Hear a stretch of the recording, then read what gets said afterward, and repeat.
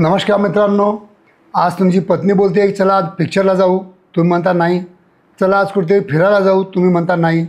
आज आपण बाहेर कुठेतरी जेवण करायला जाऊ, तरी तुम्ही म्हणता नाही. कारण तुम्ही थोडासा लेझी झालेला आहात आणि खरोखर तुम्हाला आता तुमच्या बॉडीमध्ये हार्मोनल डिफिशियन्सी व्हायला लागली आहे. याचे पहिलं लक्षण आहे कोणत्याच गोष्टीमध्ये इंटरेस्ट घेताना दिसून येत नाही आणि त्याच्यामुळं लो टेस्टोस्टेरॉन झाल्यामुळं आपल्याला डिप्रेशन येतं, लेझीनेस येतं, दिवसभर घरीच पडून राहावं वाटतं आणि त्याच्यामुळं आपल्याला लैंगिक समस्या पण उद्भवू शकतात. तर मित्रांनो, लो टेस्टोस्टेरॉनमुळं आपल्याला लैंगिक समस्या उद्भवतात हे सगळं तुम्हाला माहीत आहे. पण त्यासाठी तुम्ही काय करायला पाहिजे, काय नाही करायला पाहिजे याच विषयावर आज आपण इन डेप्थ सायंटिफिक इन्फॉर्मेशन घ्यायचा या व्हिडिओद्वारा प्रयत्न करूया. मित्रांनो, मी आहे doctor Umesh. As a clinical sexologist म्हणून गेल्या 40 वर्षापासून तुमची सेवेमध्ये मी उपलब्ध आहे. केव्हाही उपलब्ध आहे. 365 दिवस मी काम करतो. माझे क्लिनिक मुंबई, पुणे, नाशिक, कोल्हापूर, नगर इथं सगळीकडे आहेत. तर तुम्ही कुठेही मला कॉन्टॅक्ट करून माझी भेट घेऊ शकता.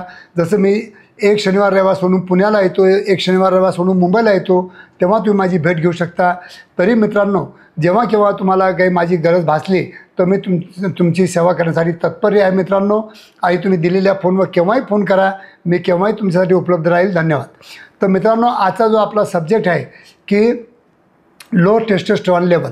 लो टेस्टोस्टेरॉनमुळं आपला मूड येत नाही ना, आपल्याला म्हणजे सेक्शुअल ॲक्टिव्हिटी करण्याचा मूड येतो, नाही कुठं आपल्याला फिरायचा मूड येतो, ना कुठं म्हणजे जास्त मित्रामध्ये जाण्याचा मूड येत नाही किंवा जिममध्ये जाण्याचा मूड येत नाही.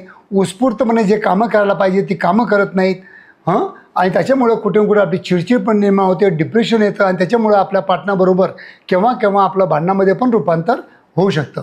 तर मित्रांनो, जसं स्त्रियांना मेनोपॉज येतं त्याचप्रमाणे आपल्याला अँड्रोपॉज येतंच, हे तुम्ही लक्षात ठेवा. After the age of 45 daily मतलब 1% आपलं इयरली आपलं टेस्टोस्टेरॉन हार्मोन आपलं कमी होत राहतं आणि त्याच्यामुळं आपल्याला अँड्रोपॉज येतं.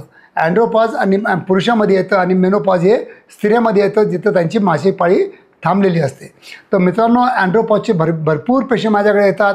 पण फक्त माझ्याकडे येणारे जे पेशंट असतात त्यांनी जे म्हणजे ऑनलाईनवरून अश्वगंधा आणि शिराजीत खाऊन एक म्हणजे स्वतःला म्हणजे दिलासा दिलेला असतो की माझे हार्मोन्स वाढतील, पण तसं होत नाही.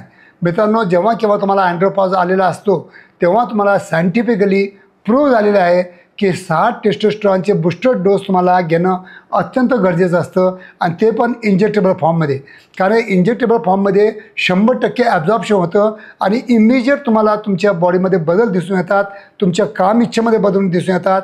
जितकी काम इच्छा स्ट्रॉंग असेल तितकं तुमचं इरिक्शन स्ट्रॉंग असेल, तितकं तुमचं सेक्शुअल फाउंडेशन स्ट्रॉंग होणार आणि त्याच्यामुळं लो टेस्टोस्टेरॉन झालं असेल किंवा मूड स्विंग होत असेल किंवा तुम्ही इरिटेबिलिटी वाढलेली असेल तर समजून जायचं की आपल्या शरीरामध्ये लो टेस्टोस्टेरॉनमुळं आपल्याला थकवा येतो आहे, आपलं माइंड आपल्याला चालत नाही आहे, आपला स्वभाव विसरभोळा होतो आहे.